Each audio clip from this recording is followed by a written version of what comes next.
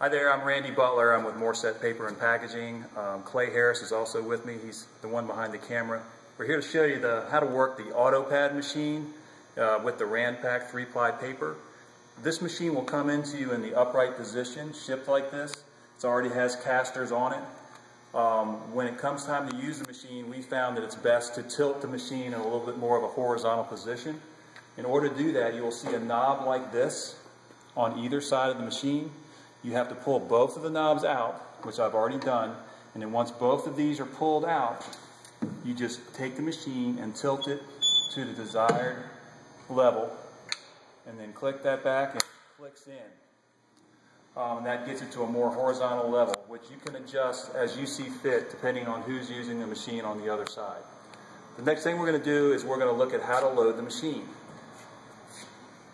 The first thing when loading the machine, you have to open up the back panel here.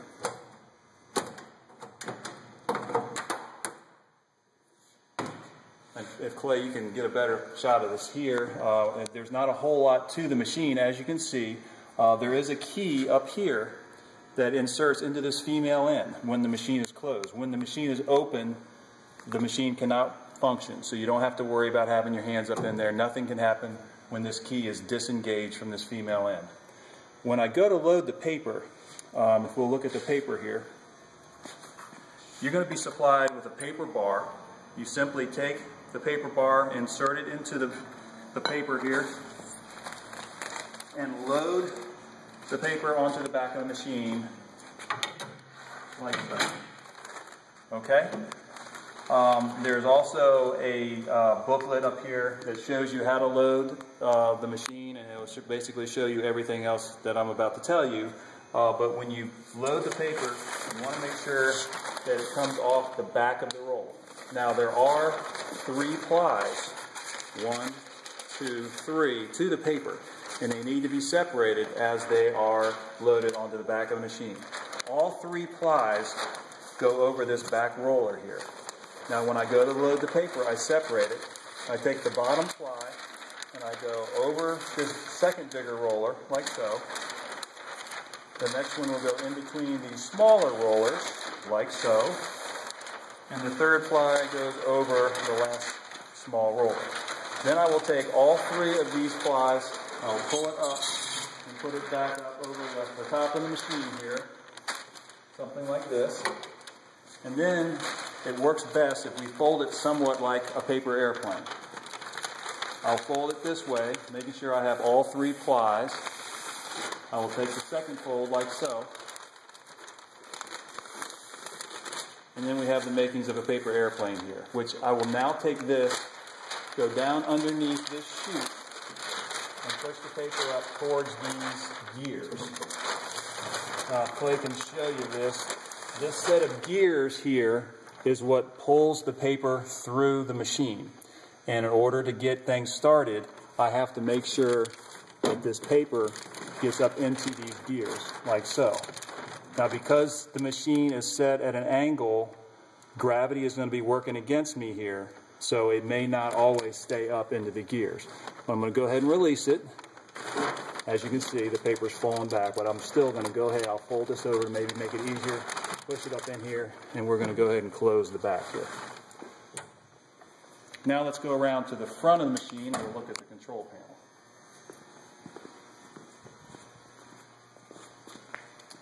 Now the first thing you want to make sure of when you come around to the control panel is that your emergency stop button is pulled out. You have status codes here. Currently the status code reads 0, and what you may not be able to read this, but that says machine not reset is what 0 means. So anytime that the power is off, or anytime we load the paper, first thing you have to do is hit the reset button, which is here. So I'll hit the reset button. You'll see that our status changes to 1, which means I have to pick a mode. Now the modes are all listed here. There's about 6 different ways we can use the machine. In order to start the machine up, I'm going to go ahead and hit the EDS mode. And when I hit that, the machine will start and it will try to pull a pad of paper through. And let's see what happens. Okay, what's happening here is that paper is obviously not going all the way up to the gears. So we're going to have to go back around to the back of the machine.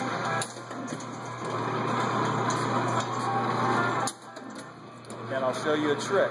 Now, notice that I'm not putting my hands way up in the machine, but I'm going to go ahead and push the paper up until it's got. And we'll go back to the front of the machine, and you can see we have a pad of paper. Now, what the EDS mode means is that it will send me a pad of paper, and it will cut that pad of paper, and it will stay in the chute. When I pull out the pad, it will give me another pad of paper of the same length, and it will cut it. Right now, my pad length is set at 39 inches. If I want to make that shorter, whoops, we'll go to 29 inches. We'll make it, say, 24. So now the next pad I pull out, it'll give me a 24 inch pad. This is the great way to use the machine when you have a whole bunch of similar size items that you have to pack, and you know that, say, for instance, a 36-inch pad of paper will work. You can go ahead and use EDS, set your pad length to 36, and just use it again and again and again. The second way to use the machine is if I go to the auto feed mode right here. Actually, let me go to the feed cut mode right here. And what happens there is that I'll have to use the foot pedal, which is down here. When I put my foot on the foot pedal, it'll feed as long as I have my foot on the pedal. When I stop, it'll cut it, and it'll give me my pad. This is for when you're doing random sizes, and every pad that you create might be a different pad. That's where you use the auto cut feature listed here on the mode. The other method that you can use is called the keypad method. Now, if I hit keypad, that puts it in a mode that's very similar to a water-activated gum tape machine, where you actually will push the number on the keypad. Like if I push 16, it gives me a 16-inch pad. If I push 24, then of course it gives me a 24-inch pad.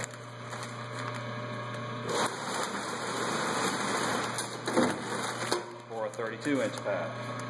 So again, it'll give you whatever length pad that you push the number of. It'll give you the corresponding inch pad every time. The last thing that I will mention to you is what's called the auto feed, auto cut mode. Now, this really would only come into effect if you have a need on another side of the plant, for instance, for some pads, but don't want to take the machine all the way over there. Say if I know I need 20 or so of pads that are 24 inches long, I can dial in how many pads I need here, and then I can leave the length here. So when I push auto feed, auto cut, it's going to give me, at this point, 64 24-inch pads until I tell it to stop. So what you're going to want to do is have some kind of big bin underneath this that'll drop it in there that you can take over to your other locations.